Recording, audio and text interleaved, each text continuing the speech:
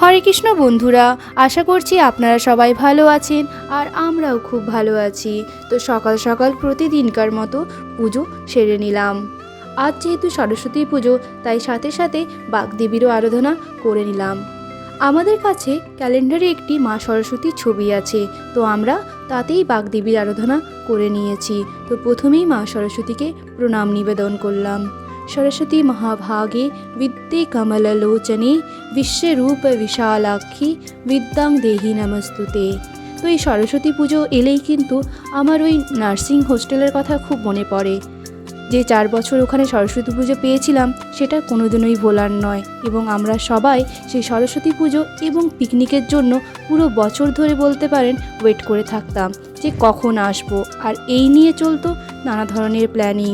তো পুজো হয়ে যাওয়ার পর আবার চলে এলাম কিচেনে চা বানানোর জন্য। আর আজকে যেহেতু দুপুরে একটু লাঞ্চটা হেভি করব, তাই আমরা ব্রেকফাস্টে চায়ের সাথে কিছু স্ন্যাক্স নিয়েই আমাদের সেই রকম ব্রেকফাস্টটা সেরে নিয়েছি। তো আমার হাজব্যান্ড কাল রাত থেকেই বলছিল কালকে ভোগের কিছু প্রিপারেশন করবে। তো যেহেতু 2 দিন আগেই খিচুড়ি খেয়েছি, তাই আর খিচুড়ি করতে ইচ্ছে করলো না। ভাবলাম মটরশুঁটির কচুরি আর আলুর দম বানিয়ে ফেলি। তো তার জন্য ফার্স্টেই দুধ গরম করতে বসিয়ে দিলাম, আর এক সাইডে ময়দাটাও মেখে নিলাম। যেহেতু মটরশুঁটির কচুরি করব, তাই মটরশুঁটি ছাড়িয়ে সে হালকা একটু ব্লাঞ্চ করে সেটাকে ঠান্ডা করে পেস্টও করে নিয়েছি। আর তারপর যেভাবে আমরা ওই কড়াইয়ে তেল দিয়ে তার মধ্যে সামান্য কালো জিরে আর হিং দিয়ে যে মটরশুঁটির পেস্টটা আছে, সেটা একটু ভালোভাবে শুকনো শুকনো করে ভেজে নিয়েছি। তো এখন সেই মটরশুঁটির যে কচুরির যে স্টাফিংটা, সেটি রেডি করছি।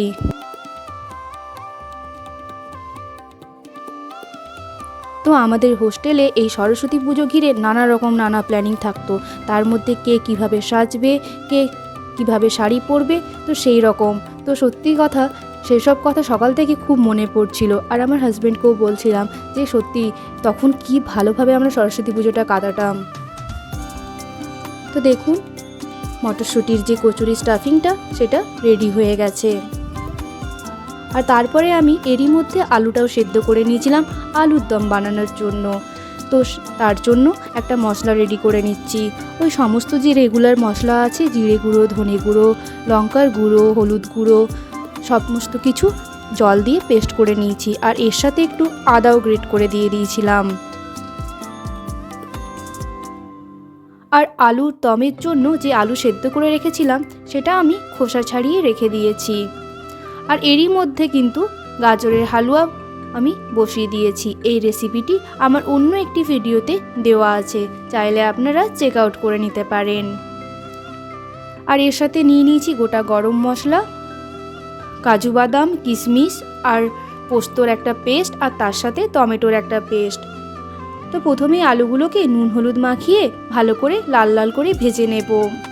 এভাবে আলুর দম করলে কিন্তু খুব ভালো লাগে খেতে।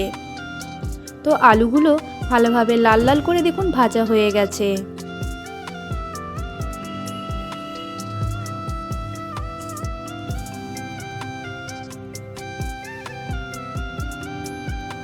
তো এরপর ওখান থেকে একটু সামান্য তেল কমিয়ে দিয়েছি, কারণ অনেকটাই যেহেতু তেল ছিল।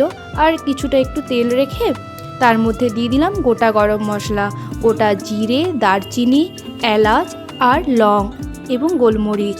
আর তারপরে দিয়ে দিলাম হিং। আর হিংটা দেওয়ার পরেই যে টমেটোর পেস্টটা করে রেখেছিলাম সেটা দিয়ে দিলাম। আর তার সাথে দিয়ে দিলাম যে মশলাটা আলাদাভাবে সব শুকনো মশলাগুলো একটু জল দিয়ে বানিয়ে রেখেছিলাম, সেই মশলাটা। এরপরে এই দুটোকে ভালোভাবে মিশিয়ে সামান্য একটু লবণ দিয়ে কিছুক্ষণ একটু কষার জন্য দিয়ে দেব।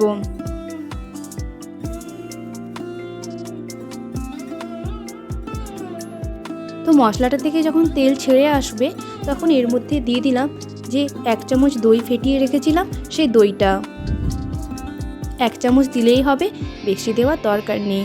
আর এরই মধ্যে গাজরের হালুয়াটাও আমি একবার নেড়ে নিলাম। তো দইটা দেওয়ার পরও আমি কিছুক্ষণ ঢাকা দিয়ে রেখে দিয়েছিলাম। তারপরে আবার যখন তেল ছেড়ে আসবে একটু ভালোভাবে, দইটা ভালো মতো মশলার সাথে মিশে গেলে, তখন এর মধ্যে দিয়ে দিলাম কাজু বাদাম, কিশমিশ আর পোস্তর পেস্টটা। আমার কাছে যেহেতু চারমগজ ছিল না, তাই আমি কিশমিশটা দিয়েছি। চারমগজ থাকলে চারমগজও দেওয়া যেতে পারে। তো তারপর আবারও ভালোভাবে মিশিয়ে কিছুক্ষণ ঢাকা দিয়ে রেখে দিয়েছি।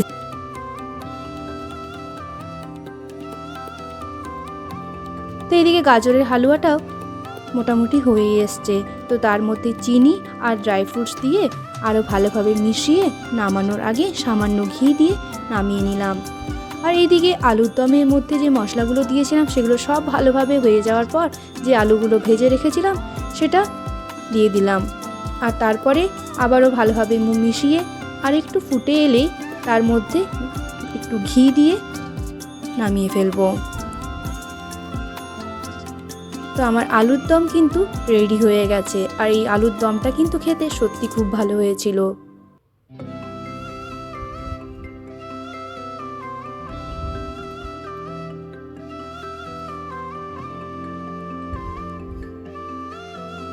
এরপরে আমি মটরশুঁটির কচুরিগুলো বানিয়ে ফেলবো। তো ওই যেভাবে ময়দার মধ্যে ওই মটরশুঁটির স্টাফিংটা দিয়ে তারপরে বেলে নিয়েছি আর তারপরে একটা একটা করে ভেজেও নিচ্ছি।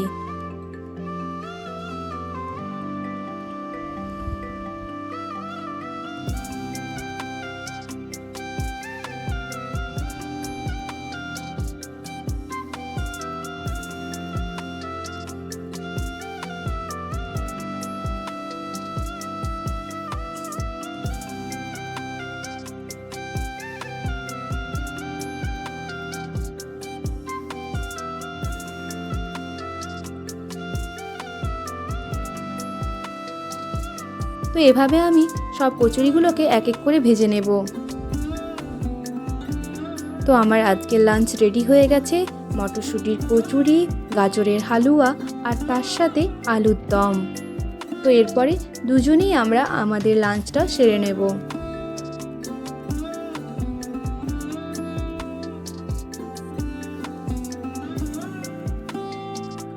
আর এটা আমরা যেহেতু নিচে সবাই মিলে গল্প করি, তো তাদের জন্য নিয়ে যাচ্ছি, একসাথে সবাই মিলে খাবো বলে। তো খাওয়ার সময় আমি আর কোনো আলাদাভাবে ভিডিও ক্লিপ নিইনি।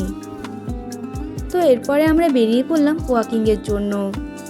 আজকে আমাদের কোয়ার্টারে নিচে যে দিদি থাকে তার মেয়ের কান ফোটানো হবে। তো আমরা সবাই সেই জন্যই বাইরে যাচ্ছি। তো আমরা ক্যাম্পের বাইরেও চলে এসেছি। এখানে এই সোনার দোকানে কান ফোটানো হবে তার। তো চলুন সেটাও আপনাদের সাথে ভাবলাম শেয়ার করে দিই।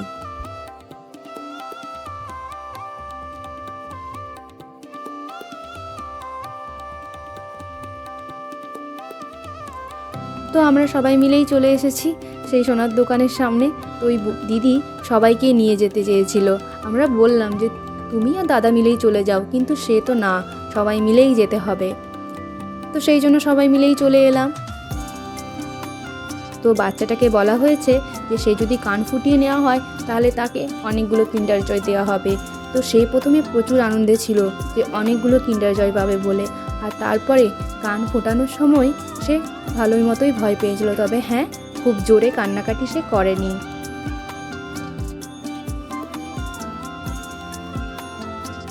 তো এই যে ভাবিয়া, তারই আজ কান ফোটানো হবে।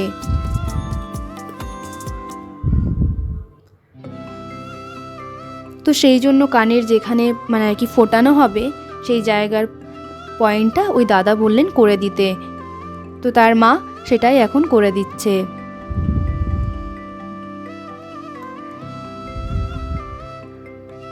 দেখুন একটু একটু ভয় পেতে কিন্তু শুরুই করে দিয়েছে সে, প্রায় কাঁদবো কাঁদবো অবস্থা।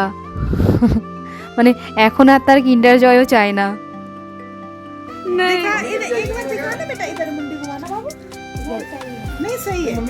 हाँ, कितना अच्छा लग रहा है भव्या। তো এক সাইডে কিন্তু কান ফোটানো হয়ে গেছে, এটা অন্য একটা কানে আবার ফোটানো হচ্ছে।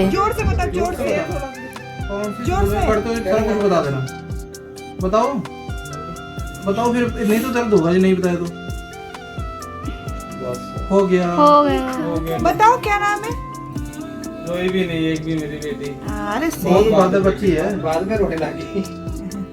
नहीं रोएगी, वो किंडर जॉय खाएगी तो खत्म। जाली वो तो चिल्ला के रोते हैं, वैसे बच्चे कोई रोए नहीं। हाँ सही है, बहुत रोते हैं बच्चे।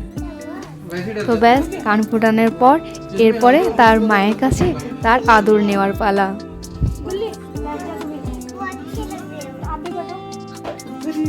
ऐसे ही रोई थी इसकी तरह। आज बस एक दिन তো এরই মাঝে আমরা কিছু মার্কেটিংও সবাই মিলে টুকটাক করে নিয়েছি। কিছু ফল নেওয়ার ছিল, তো সেই ফল সবজি মোটামুটি যা যা ছিল নিয়ে পরে আবার চলে গেলাম বাড়ির উদ্দেশ্যে। তো বাড়িতে এসেই নিত্যদিনকার মতোই আবার বিকেলের চা করে নিলাম, আর চায়ের সাথে ছিল এই সামান্য টুকটাক কিছু স্ন্যাক্স। তারপরে আবার রাত্রে খাবারের প্রিপারেশন। তো যেহেতু আজ দুপুরে ভাত খাওয়া হয়নি, তাই ভাবলাম একটু ওই মটর পনির মশালা আর তার সাথে একটু ভাত বানিয়ে নিই, তো সেটাই করলাম। তো আমি মটর পনির মশলাটা যেভাবে বানিয়েছিলাম, প্রথমে কড়াই তেল দিয়ে দিয়েছিলাম, আর তারপরে গোটা জিরে আর গরম মশলা ফোড়ন দিয়ে দিয়েছিলাম, আর তারপরে আদা আর কাঁচা লঙ্কার একটা পেস্ট করেছিলাম। তো সেটা দেওয়ার পরে আমি দিয়েছিলাম টমেটো, যেটা আমি কুচি কুচি করে কেটেছিলাম। আর তারপরে টমেটোটা ভালোভাবে ভেজে নেওয়ার পরে সমস্ত যে রেগুলার মশলাগুলো, সেটা সকালে যেরকম ওই জলের মধ্যে গুলে রেখেছিলাম, ঠিক সেভাবেই ওর মধ্যে মিশিয়ে দেওয়ার পরে মশলাটা একটু ভাজা ভাজা হয়ে গেলে তার মধ্যে দিয়ে দিয়েছিলাম ফেটানো টক দই। আর তারপরে আরও ভালোভাবে মিশিয়ে যাওয়ার পর একটু জল দিয়ে, আর সেটা ফুটে আসার পর ওই মটরশুঁটি দিয়ে কিছুক্ষণ একটু বয়েল করতে দিয়েছিলাম। তো ব্যাস মটরশুঁটিটা যখন নরম হয়ে গেল, তো তার মধ্যে এই যে পনিরের টুকরোগুলো ছিল সেগুলো দিয়ে আমি একটু কাসুরি মেথি দিয়ে নামিয়ে দিয়েছিলাম। ব্যাস এটাই একদম ঘরোয়া পদ্ধতিতে। তো আজকের আমার ডিনার মটর পনির মশালা আর ভাত রেডি হয়ে গেছে। আপনাদের যদি আমার এই ভিডিওটি ভালো লেগে থাকে, তাহলে অবশ্যই আমার চ্যানেলটিকে সাবস্ক্রাইব করে লাইক শেয়ার কমেন্ট করবেন, আর ফেসবুক ও পেজটিকে ফলো করবেন। হরে কৃষ্ণ বন্ধুরা, ধন্যবাদ। সুস্থ থাকবেন, ভালো থাকবেন।